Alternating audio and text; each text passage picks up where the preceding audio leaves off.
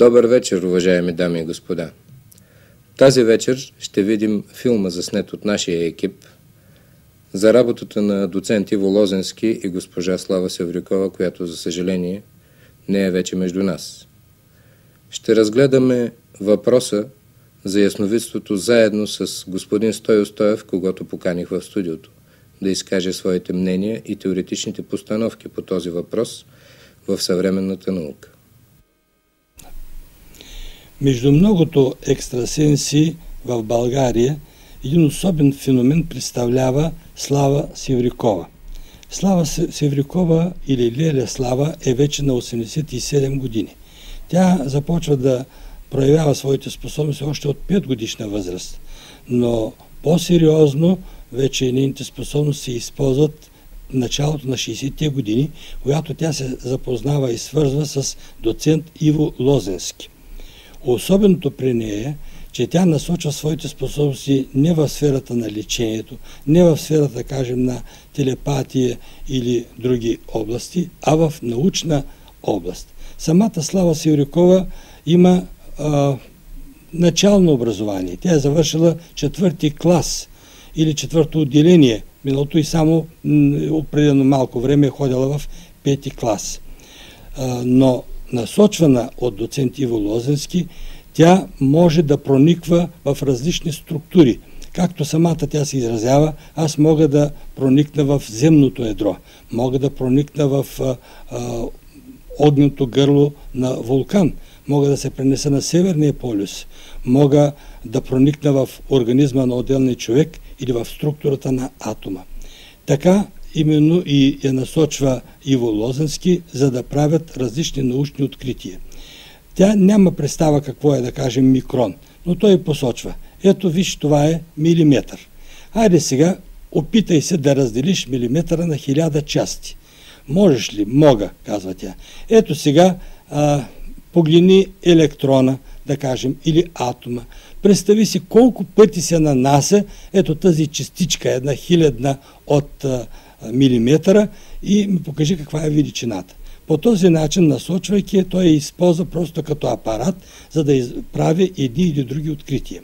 Слава Севрюкова има възможност да се принесе в лабораторията на един и друг учен, да види неговите записки, да види неговите експерименти. Само че казва, от морални съображения аз никога не бих издала това, което видя, което е секретно и което принадлежи като авторско право на този учен. Така Иво Лозенски, например, използва възможности на Слава Севрюкова да проникне и да му очертае как вижда ядрото на атома. Всички знаем, че моделът, който е разпространен във всички учебници и се използва от науката, ядрото на атома има сферична кръгла форма. Слава Севрюкова обаче посочва, че атомът, неговият модел, не е точно сфера, а е удължена елипсовидно. И посочва, че самото ядро не е като топче, сферичка, а като пръстен. От тук тя посочва как са наредени, да кажем, атомите в едно или друго вещество. Не само тя как ги обрисува, което това е изложил в научни свои трудове Иво Лозенски, но тези техни зафиксирани данни след това се съпоставят с данни, публикувани по-късно в американски научни списания от снимки, направени с най-големите сега микроскопи, които показват, че имаме пълно съвпадение между това, което е видяла в структурата на веществата Слава Севрюкова и това, което е показал микроскопа и снимките, направени с микроскоп. По този начин Иво Лозенски и Слава Севрюкова са регистрирали няколко от научни открития с колектив и с други сътрудници от Минно-геоложкия институт в София, които са патентовани от Индра в България. Какво е схващането на Слава Севрюкова за ролята на тези способности и въобще как се осъществява тази информация и контакти? Според Слава Севрюкова, мисълта е с много силна енергия. Мисълта не е чисто духовно нещо. Тя е едновременно и материална. Слава Севрюкова дори посочва цвета на мисълта. Тя казва, има сив цвят. Тя притежава огромна енергия и се пренася с скорост неколкократно по-голяма от тази на светлината.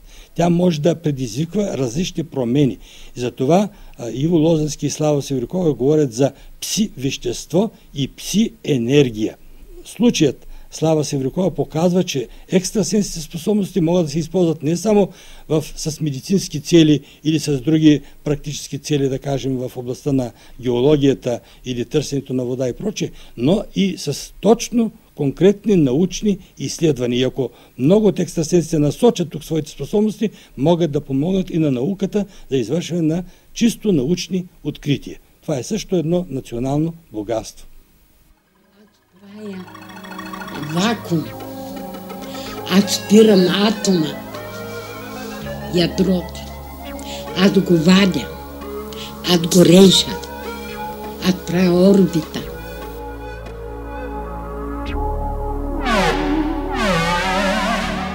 Леля Слава и аз като нейн асистент сме получили твърде много покани за участие в конгреси, симпозиуми, международни конференции и така нататък. Но тъй като тук нямахме секции И организация. Нямаше кой да не субсидира.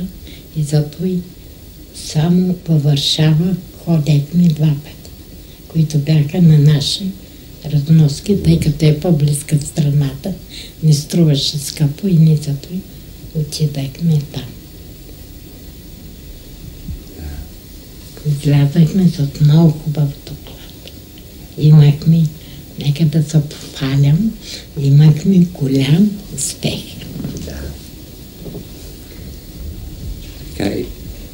Впечатляваща и поканата, която получи Леля Слава още през 80-та година за участие в Международен конгрес по акупунктура в Испания, Палма де Майорка, който конгрес беше проведен под патронажа на испанския крал. Бяхме поканени като сътрудници в американското списание Psi Research, издавано в Сан-Франциско.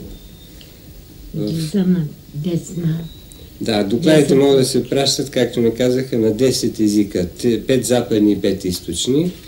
Там е отпечатан един наш труд за човек и космос.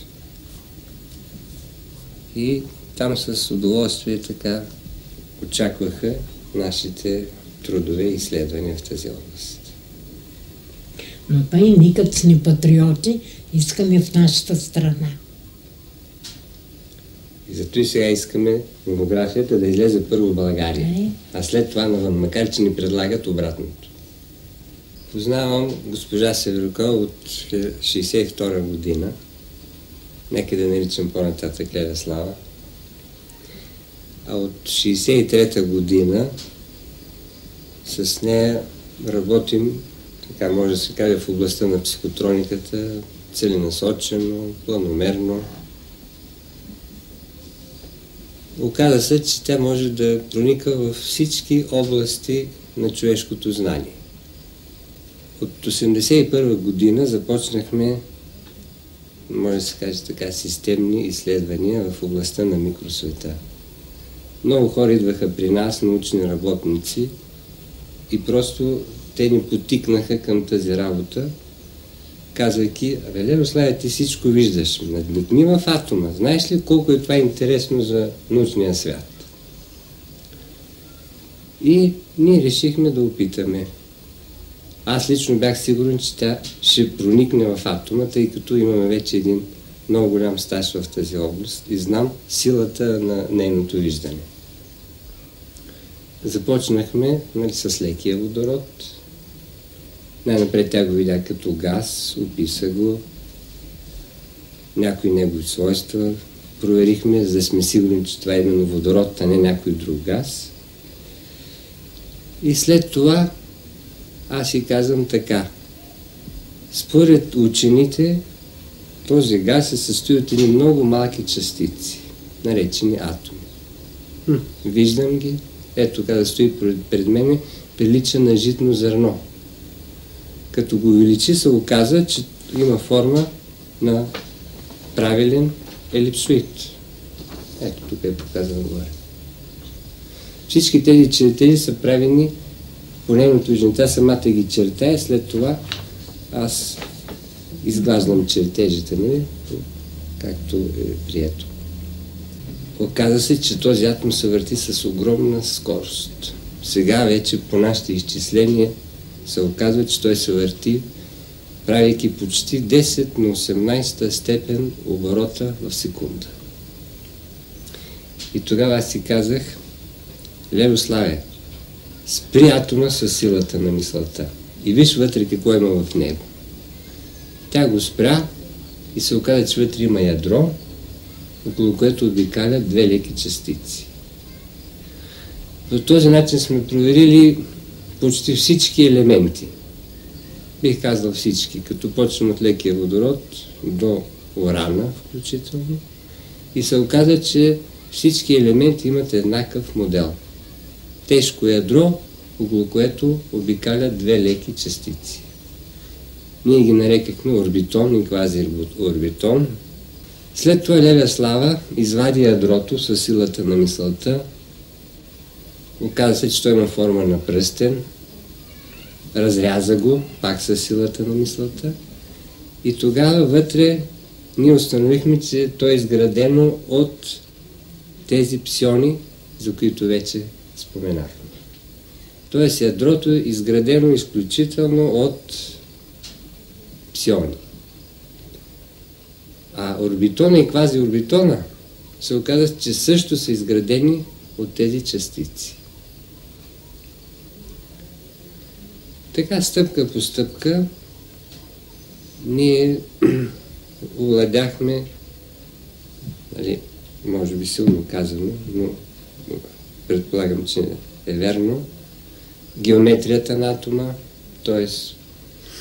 изчислихме неговите оси, благодарение на феноменалните способности на Леля Слава. Например, тя взима малката ос на атома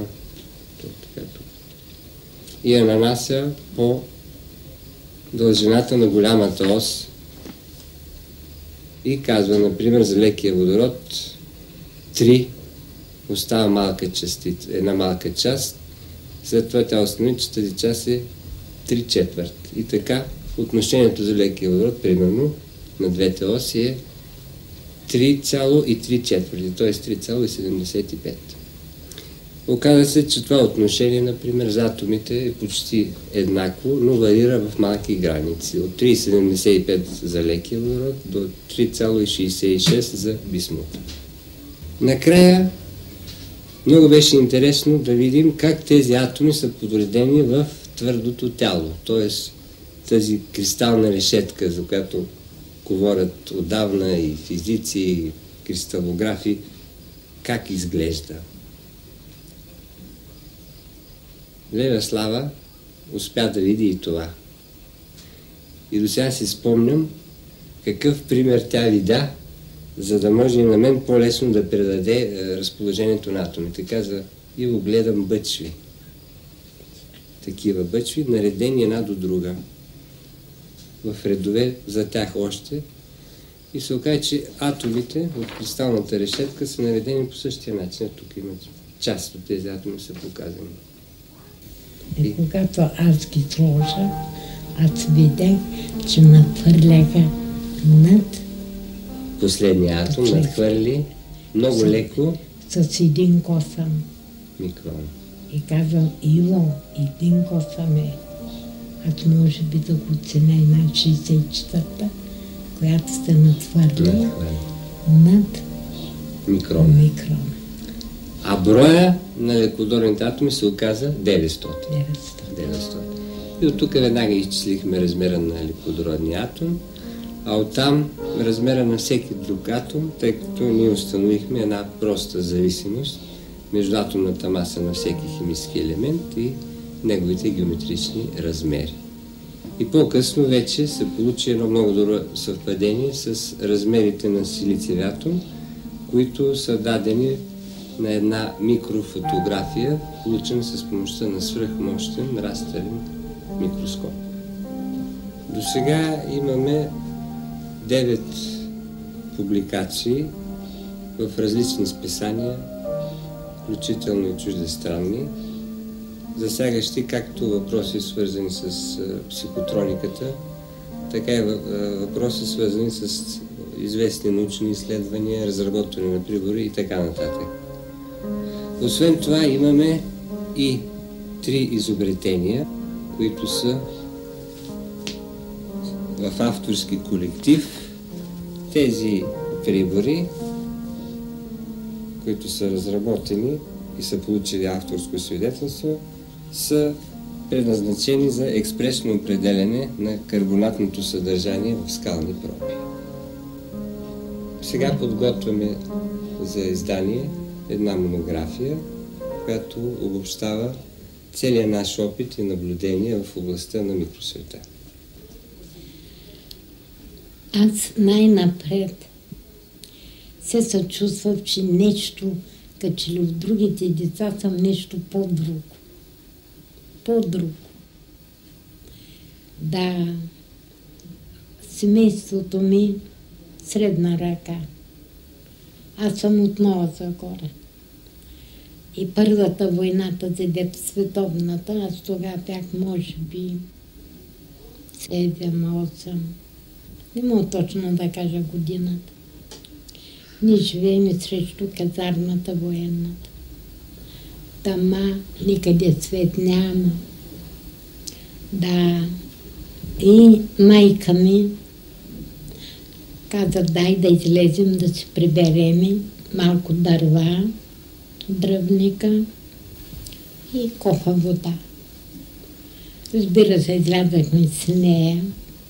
В това време ние чуваме по Старозагорското шосе, тъй като ние живеем накрая. Ешалон, войнишки, разбира се, и леко рами с мъгла.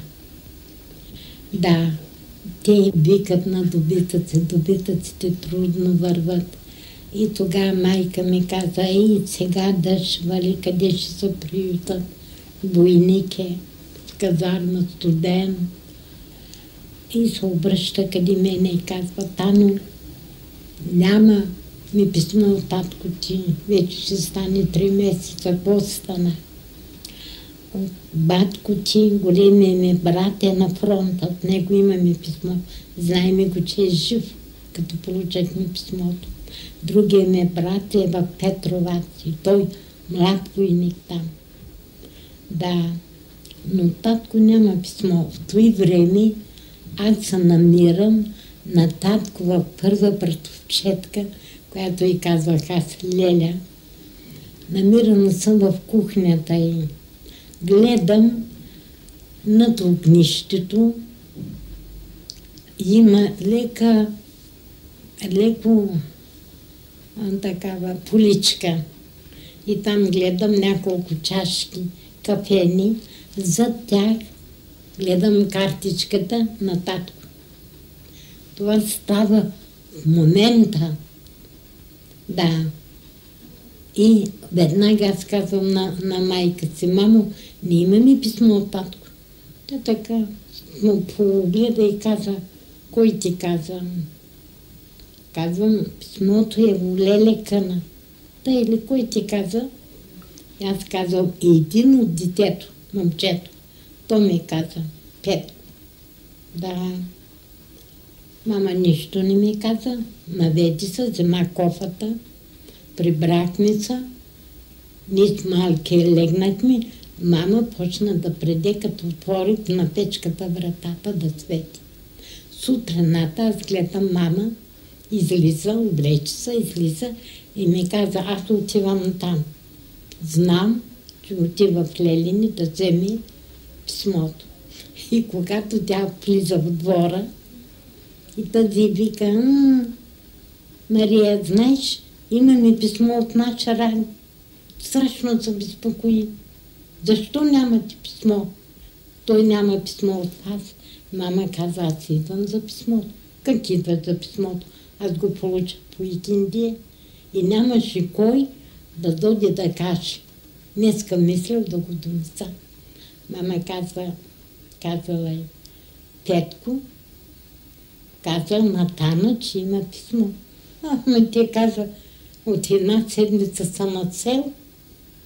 Мама рекла, не знам како, но дай ми писмото. Той ми беше първо, което видях, и то не е само да чуя, аз тук чувам, тук. А такава малка бях. И тогава вече се зареди. И в училище, когато учителка преподава. После минах и в първи клас. Един курс и малко един срок и малко повече. И стана холера. Децата ме разпуснаха. На другата година вече ми напусна. Майка ми не ме пусна, защото имаше сам до трети клас, гимназия нямаше в Нова Загора. И от тогава насам до днес дарбата ми се върви. Той ми беше първото, когато аз видях. Аз не мислех и никога не съм мисляла, че аз мога да виждам частици, атоми и тайна нататък. Защото нямах това образование, за да се насочвам. Но дойдоха хора, които ги интересуваше в това и те ме потикнаха. И ние почнахме с доцент Лозански, тъй като с него ние работиме от 1963 година.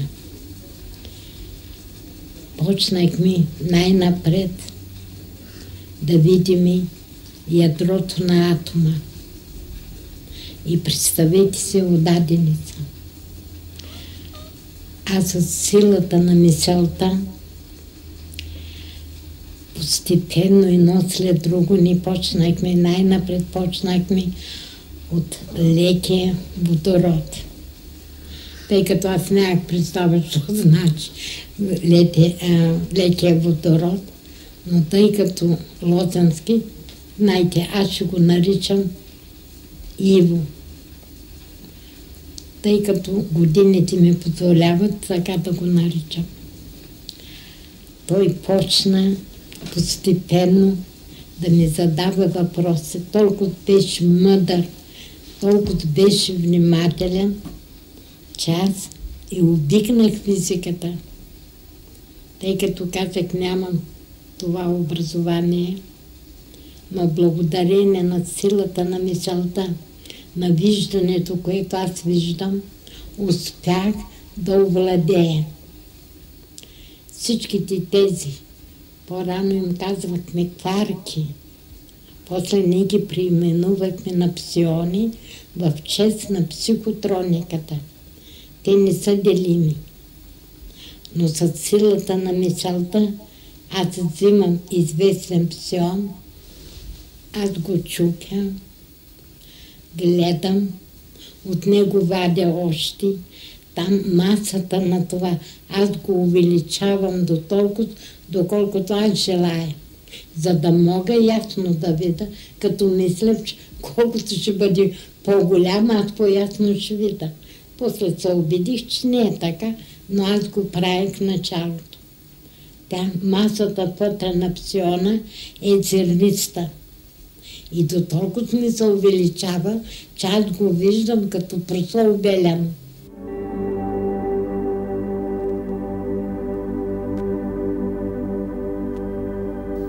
Разумяхте ли?